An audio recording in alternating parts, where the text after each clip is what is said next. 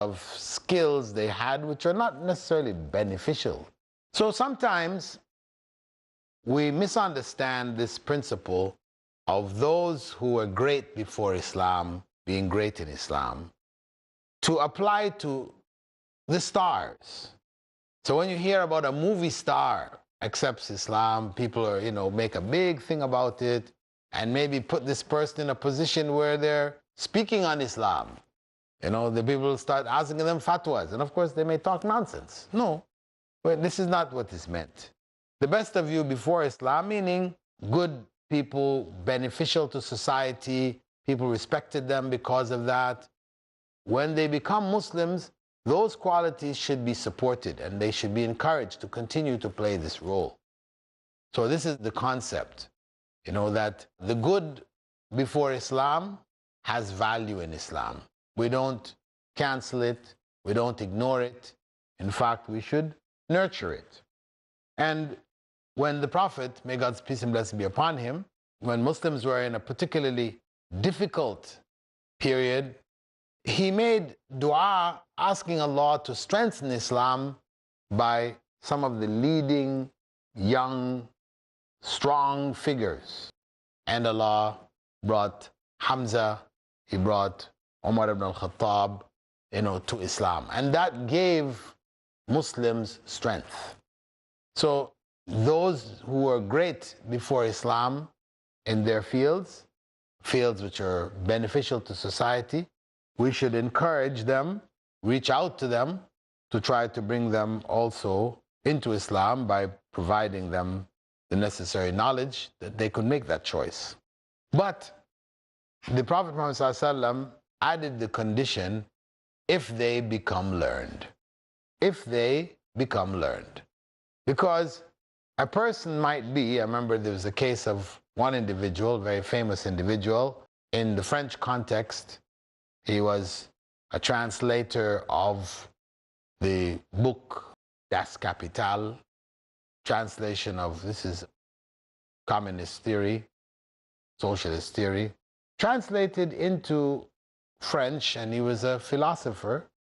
He accepted Islam and was very much supporter of Islam, etc. But people put him in a position where he, after giving lectures, generally speaking about, before Islam and what Islam had done in his life and so on, then, people started to ask him questions concerning tafsir of the Quran, interpretation. And because of his background of being a philosopher, a philosopher doesn't shy away from questions. So any question is asked, even if he doesn't have knowledge, he will speak. So he said things. And naturally, because he didn't have the knowledge, he's going to say things which were wrong. He made some big blunders. And people still continue to put him up on stage and ask him questions from fiqh, questions from, areas that he had no knowledge of, and he would speak. And so he just piled up and piled up till finally people just washed their hands of him because he had made so many crazy, outlandish statements. So those people who come over to Islam having these exceptional backgrounds, we should encourage them to learn Islam, to gain the knowledge of Islam so that their benefit will be substantial to the Muslim community. They can then use the skills and the experience, etc., that they have, use it effectively to benefit the community when they have the guidance of Islam along with it. So this is the point that we have to keep in mind, that people from the pre-Islamic time, where they accept Islam, we benefit, we should strive to benefit from what they have, but we should encourage them to gain knowledge of Islam so that they can now convey that information to us in a practical and useful way, a way which would be in keeping with the Islamic teachings and not at odds with Islamic teachings. So they become, individuals known for making unacceptable statements concerning Islam. We're going to take a break now, and we'll continue after the break to look at the last narration from the Prophet, may God's peace and blessing be upon him, regarding the best of Islam. So I'll see you after the break. Assalamu alaikum wa rahmatullah. Allahu Akbar. Allahu Akbar.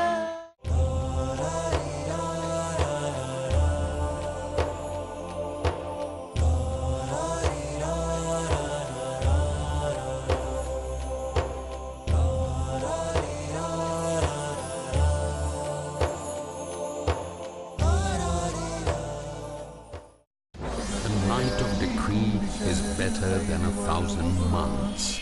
The benefits of worship and the vigil in the night of power. Ramadan, which is the topic of the show.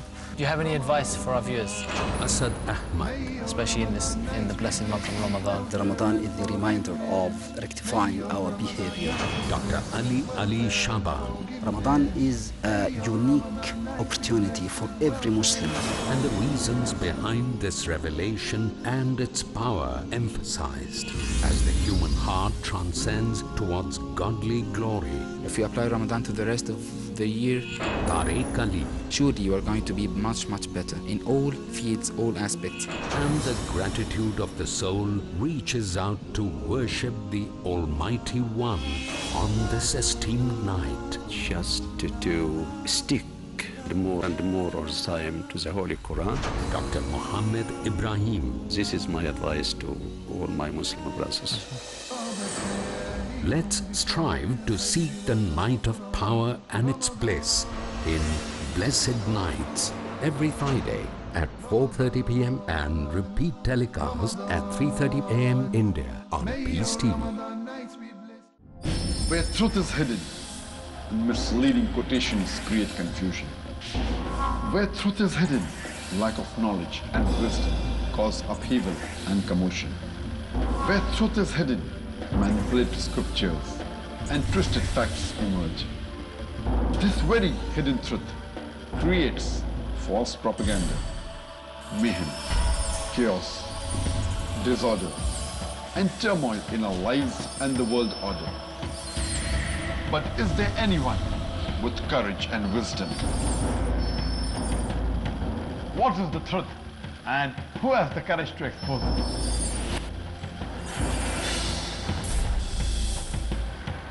Because it's your right to know the truth. Watch Truth Prevail and Lies Perish in Truth Exposed by Dr. Zakir Naik, next on Peace TV.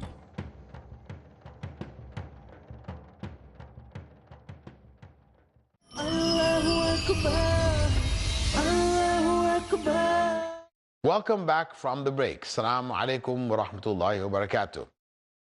Prior to the break, we were looking at those who were great before Islam, how they can also be great in Islam if they gain knowledge.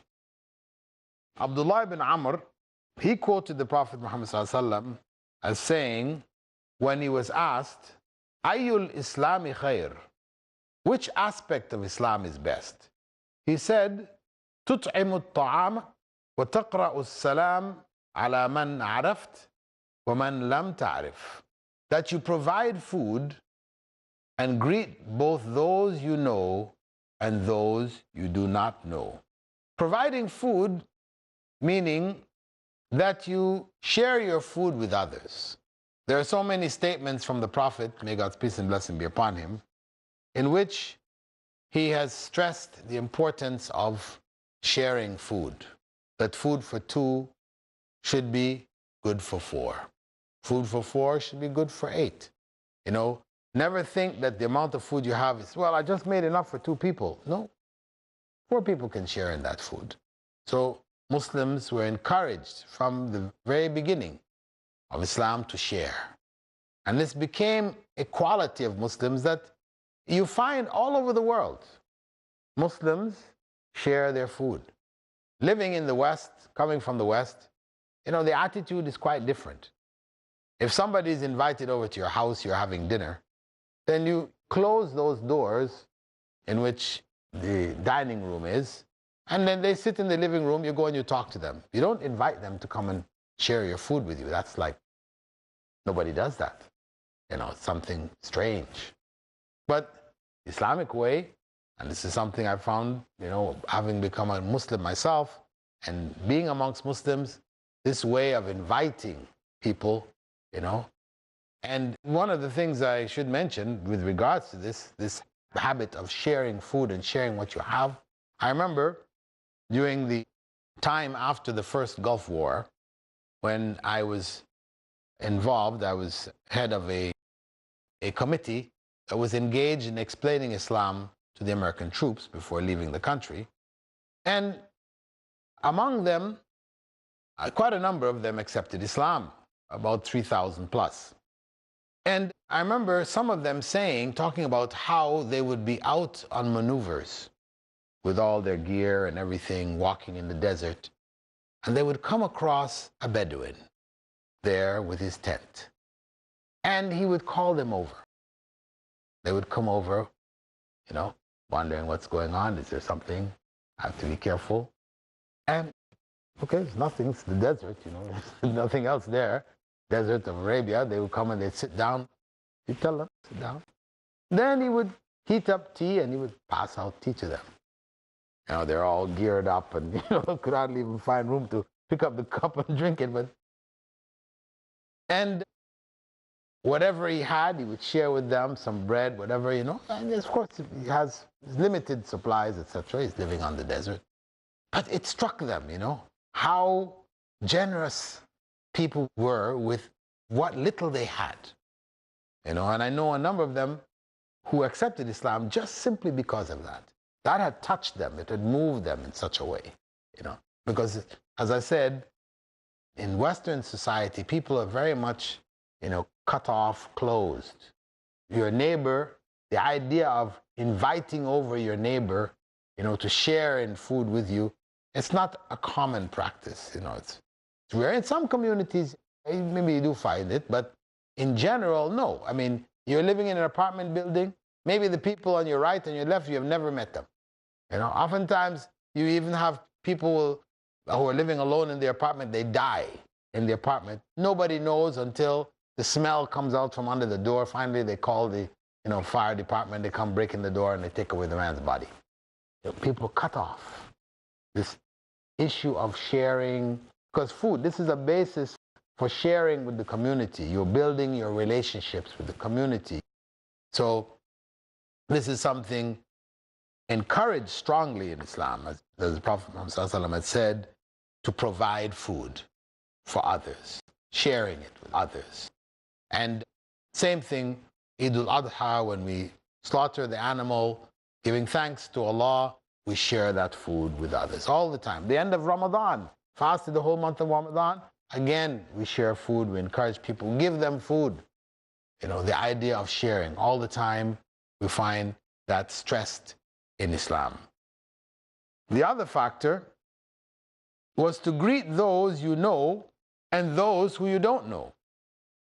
Of course, the issue of greeting, you know, constantly greeting, Assalamu alaikum, wa alaikum salam, this is an obligation in Islam. If somebody greets you, that you return that greeting. It's an obligation. So the idea of greeting is a strongly recommended principle. And this brings good feelings. If you're meeting people, you don't greet them, you just pass by, you ignore them, whatever. You know, this is part of the coldness that tends to come in city life. People who live out in the farms, then where you're not in contact with that many people, when you see a person, naturally you're going to greet them, you know, because you don't see people that often. So people tend to be more friendly when you step outside of the cities. But inside of the city, you find people will not greet others, not know who their neighbors are, you know. They don't encourage it. It's something not encouraged at all. And if you greet, people find it strange, you know, and so it's very uncomfortable. Whereas in Islam, whether you're in the city, whether you're in the country, people greet. We greet each other all the time. And it's even some Westerners I know have have said to me, listen, these people, they're greeting each other continually. The man just left the room, he came into our office, he greeted, he stepped out, went somewhere else, he came back in, he greeted again. Every time he's greeting over and over. So this is culture. This is Islamic culture. That the continual greeting, because this greeting is what? Actually, when we say Assalamu alaikum, this is more than just saying hi. So every time you see the person, hi. So of course, if you said hi to the person in the morning, you step out of the office, you come back in again, hi again. No, that's not appropriate. You don't say hi again, hello again. You already said hello one time. Finish. Whereas Assalamu alaikum is different. Assalamu alaikum is a dua. It is a prayer. We're asking that Allah's peace be upon you. That you find peace in your life from God. So this is a good prayer, a good reminder, a good greeting. So from the Islamic perspective, we will do it frequently. And the Prophet ﷺ did say that, spread the greetings all around. Then the Prophet added in the end, not only just those who greet, but he said, those who greet the ones they know and the ones they don't know. Greeting people who you know, this is the common thing. Most people readily greet. But somebody you don't know, maybe you won't greet them. Actually, I've seen circumstances where a person may come in and they will give greetings to 1, 2, 3, and then there are other people here and they don't give greetings to them. But this is really not from Islam. The proper Islamic way is you give greetings to those you know, and it's much greater in reward for you to give greetings to those you don't know. This is a very important point, because this helps to build love in the community. When you make a point of greeting those you don't know, knowing that the reward is far greater than just greeting those who you know. So Islam has a concern for societal bonds, that people should be in contact with others, sharing the good they have, greeting them regularly, so it is a living community, not dead objects which collide with each other. No, we are living, interacting in a positive and a loving way, supporting each other. So the idea of not knowing your neighbor, of living 10, 15, 20 years without ever having even met your neighbor, it's something unthinkable in the Muslim world. And that's the way it should be. We all should know who our neighbors are, who work in the office with us, people who are friends of our families, our parents, all these people. We take time out to meet, to know, to greet all of these people. Because that is the bond which ties the community together. So when people have a need, we know that need. We can reach out and help them. We don't have to wait for them to come and beg us, ask us. We are there. And even our daily prayers, which are obligatory on men to pray in the mosque, or strongly recommended for them to pray in the mosque together, that is about also the bonds of the community of that mosque. That everybody knows, not only your neighbor, but everybody in that area who comes and prays together there, you know them. So when you see after prayer that the person is sitting, then you go find out. Is everything okay? You're having problems, so and so. So this is the means of also building community bonds, linking people together, where we have a society where love is spread amongst the members of the society. And this is what Islam engenders and promotes. And this is what the Prophet, may God's peace and blessing be upon him, said when he responded to the question, what aspect of Islam is best? It was sharing our food with others. with as many others as we can. The poor, the rich, everybody, sharing our food. And greeting everyone, those who we know as well as those who we don't know. With that, dear viewers, we'd like to thank you for being with us in the second segment of our episode from the Best in Islam. And we hope that you will continue to follow this series as it unfolds throughout the year. I now bid you farewell and hope to see you in the next episode. Assalamu alaikum wa rahmatullahi wa barakatuh. Season corns Latina, season corns Angelo, season corns Latina, season corns Angelo.